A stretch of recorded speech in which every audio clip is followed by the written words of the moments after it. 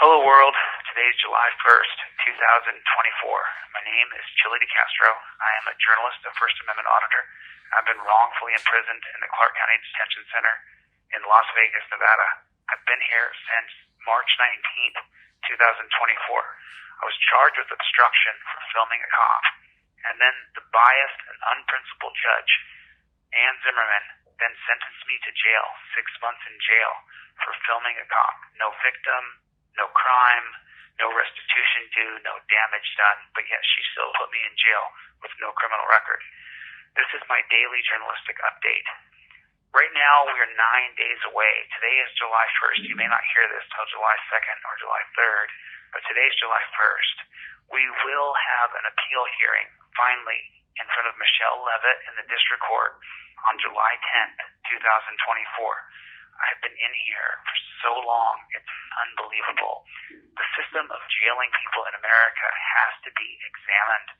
Let me ask you a very intelligent question that you can use your basic logic to answer. Why isn't there a text message service? If you miss a court date, or you miss your child support payment, or you didn't pay a ticket, or whatever it may be, why you're going to get a warrant, why isn't there a text message service? Why can't the state, the county, the city, why can't they send you a text message and say, hey, John Smith, you have a warrant. You didn't show up for your child support hearing. Do you want to come in on this date, or this date? Why isn't there a text message service? Additionally, if you're going to be put in jail, why can't you have 24 to 72 hours to get your affairs in order? When that dirty Judge Zimmerman put me in jail, she then put me in jail immediately, directly from the courtroom. I didn't have time to get my business affairs in orders. 3 people lost their jobs because she put me in jail immediately. Why do you have to be arrested from the street and taken immediately to the dungeon? Why does your car need to be impounded? Let's say, for example, that you have a warrant for an unpaid traffic ticket. An unpaid traffic ticket. Follow me here? Okay, you get pulled over and they say you didn't pay a traffic ticket, you got a warrant. You didn't get a text message, you never got a warning that there was a warrant, and by the way, the automated text messaging system could warn you morning, noon, and night. You have a warrant. If a cop runs your license plate, they're going to pull you over, impound your car, and you're going to go to jail. If there's a text messaging service, then the second part of this message that I'm leaving for you now would not be as valid. If there was only a text messaging service.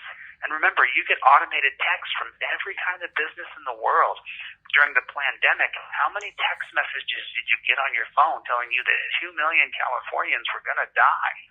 Why can't you get a text message? But let's say, for example, that you didn't get a text message. You get pulled over, you didn't pay a traffic ticket, you didn't make it to your child support hearing, and then what happens? The cop says, you got a warrant for your arrest. So listen, here's what I'm going to do. I'm going to give you 48 hours to get your affairs in order. Go park your car, go tell your boss you're not coming to work, go talk to your wife, get your banking in order, get your children lined out so that you have someone to watch your children, and then come and check in at the police department or even the jail. But I want to go with the Australian method. Jailing is failing. It is not making our society better or safer. How is the crime report in your city, state, or town? How's the crime report? Crime's never been worse. So locking up people for minor infractions of the law, for not showing up for court, for whatever it may be, it's not making our society better. What it is making is a group called GEO Group or Core Civic. These are the prison and industrial systems that they have now made multi-billion-dollar corporations based on taking you to jail. If there's a text messaging service, then you're not going to go to jail because then you get a text message that says, hey, John Smith, you missed your court date on April 8th. Are you available on April 21st, April 22nd, or April 23rd? It can all be done by artificial intelligence. You put, I'm available April 22nd. Great. We have slots available at 8 a.m. or noon. Which one can you make? Noon. Great. Hey, John, we are confirmed. If you miss court again, they're going to come to your work. They're going to come and impound your car. They're going to take you to jail. Do you understand the consequences of missing again? Yes, I do. And then, ready for this? Can you imagine this? A text message comes in every day once or twice a day, whether you like it or not, telling you that you have court on April 22nd at noon. Could you imagine that? And the text message service could all be done through automation. Can you imagine it? You wouldn't have to lock people up. You wouldn't have to steal their cars. You wouldn't have to put their kids in a horrible position. They'd be able to get their banking done. They'd be able to check in with their boss and say, hey, look, I'm in trouble. I got to go deal with this legal system stuff. But then you know what would happen? Less people would go to jail dramatically. A dramatic amount of people less would go to jail. And you know what that would do? That would cut into the profits of Geo Group and Core Civic is what that would do. And they don't want that. But when I get out of here, I'm going to write a bill, and I'm going to put it into the committee. I'm going to submit it to the different Congress people in Nevada and in California, and we're going to get a text message service done for people so that if you miss court or you have a warrant, you get a warning. You get several warnings. And then if you get pulled over by the cops, just step one here is the text message service. Step two is you get pulled over, you have a warrant, and then the copper says, okay, look, you got a warrant, but here's what we're going to do. Going to give you 48 hours to get your affairs in order. Go park your car, take an Uber down to the jail, and you're going to have to check in. Or come down in 48 hours with the money that you owe for your ticket or for your child support. Could you imagine that? Giving somebody 48 hours to get the money together for their infraction of the law. Could you imagine that? Oh my goodness. Could you only imagine it? Giving them 48 hours. They owe $5,800 on child support that's not paid. Now you got 48 hours to run around like a madman. Or you go check yourself into the jail in 48 hours. Could you imagine? And then the women who have the children that need the child support money would get it. And instead, you're putting someone in jail who cannot go collect the $5,800. They can't do it because they're in a dungeon. You took away their phone so they can't reach their employer. They lose their job. They're 1 month behind on their car payment already. Now they're two. Now their car gets stolen. You put it in the impound yard. Now it's going to be repossessed. You ruin their life over a traffic ticket or unpaid child support. We've got to get to a place where the government works for the people, not against us, for the big corporations of Geo Group and Core Civic. That's where we have to get. We have to get a text message service. If you miss court or you have a warrant, that you get a warning. Could you only imagine that? Amazing, isn't it? Amazing. You could actually work for the people. I just read a book called Bully Pulpit. The book is about the relationship between Teddy Roosevelt and William Howard Taft. And I have to retract some things I've said about Taft. I learned a lot about it. It's a 750-page book. So I read it. I'm in the dungeon. I got nothing but time. So I read the book. Now, let me tell you something. Taft and both Theodore Roosevelt had a vision that the government worked for the people. So remember, Teddy Roosevelt's going to be president from 1901 to 1909, and then after him, William Howard Taft's going to be president from 1909 to 1913. This was the very first progressives, what we would call liberal democratic progressives, are what Teddy Roosevelt and William Howard Taft would be back then. Back then, corporations weren't regulated at all. There was no income tax. The income tax wasn't passed until suggested by Taft in 1909, and then it passed with the 16th Amendment in, I think it was 1913. So 1917. Anyway, the point is this.